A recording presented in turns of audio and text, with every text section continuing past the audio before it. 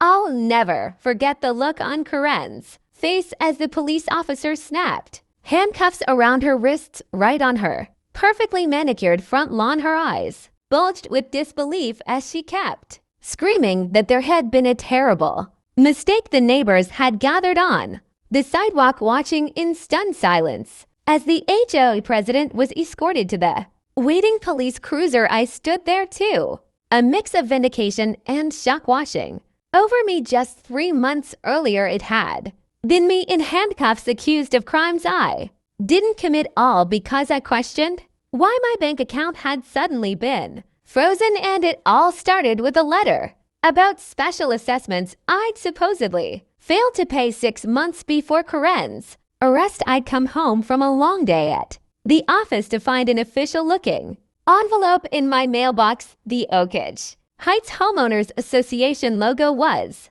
stamped prominently on the corner. I sighed, figuring it was another notice about someone's unapproved garden gnome or improper trash can placement. Instead, when I opened it, I found a formal notice claiming I owed the HOA over $7,000 in special assessment fees accumulated over the past year. I stared at the paper in disbelief. What special assessments? I always paid my regular monthly dues on time, and I'd never received any notification about additional fees. I immediately called the number listed on the letterhead. After being transferred twice, I finally reached Karen Westfield, the HOA president. Mr. Thompson, she said with a clipped formal tone, these are legitimate charges that every homeowner in Oak Heights has been required to pay. The special assessments were voted on by the board last year for emergency roof repairs to the community center,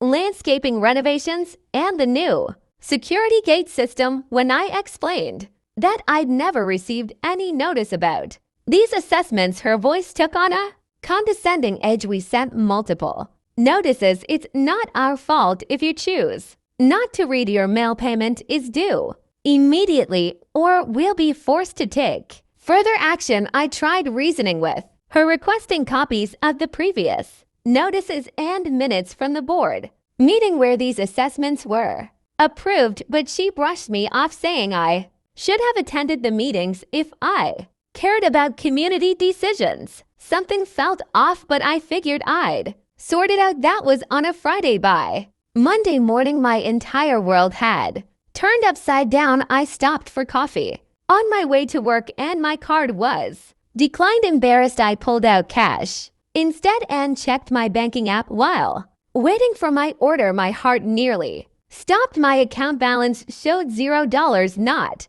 just my checking account, but my savings too. Everything was frozen. When I called the bank in a panic, they informed me that a legal hold had been placed on my accounts due to a judgment filed against me by the Oak Heights HOA. I couldn't access my own money, couldn't pay bills.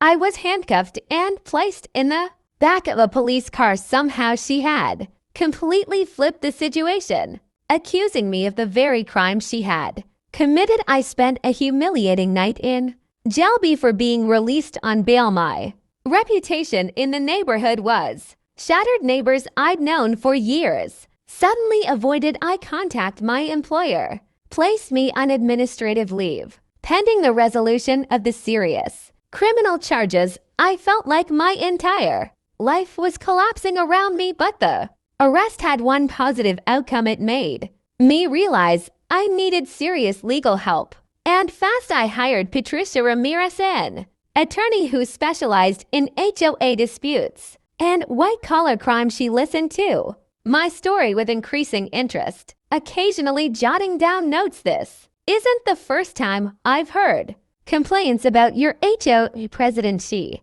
told me, but this is the most extreme case by far. Patricia immediately filed motions for discovery, demanding all evidence related to the charges against me. She also petitioned the court to examine the original documents where my signature had allegedly appeared, requesting forensic analysis. As we prepared my defense, Patricia also helped me connect with other homeowners who had experienced problems with Karen. Slowly, People began to come forward. An elderly couple had paid special roof assessments 3 years in a row, yet the community center roof remained unchanged. A single mother had her parking privileges revoked when she questioned landscaping fees. A retired teacher had been threatened with eviction over disputed late fees. A pattern of intimidation and financial irregularities emerged, all centering around Karen Westfield. The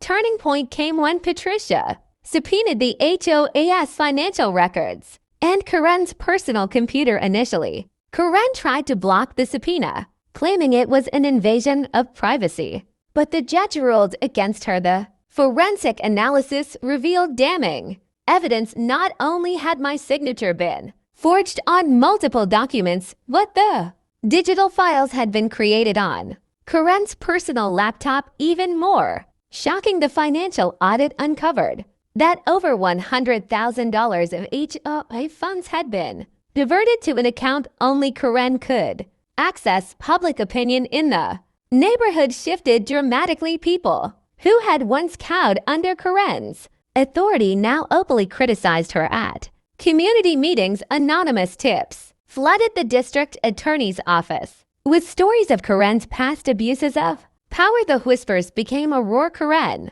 had been using the HOA as her personal piggy bank for years, inventing fees and assessments, then pocketing the money or using it for personal expenses. The prosecutor dropped all charges against me and instead opened an investigation into Karen's activities. The climax came during a preliminary hearing where Karen faced the judge for the first time as the prosecutor presented evidence of forged signatures, embezzled funds, and falsified HOA records. Karen's composure finally cracked. I was entitled to compensation for everything I did for this community, she shouted, her face contorted with rage. Do you think anyone else could have maintained our property values without me? I deserved that money. Her outburst sealed her fate. The judge ordered her to be taken into custody, immediately setting bail at $500,000. 3 weeks later, I watched as Karen was led away in handcuffs from her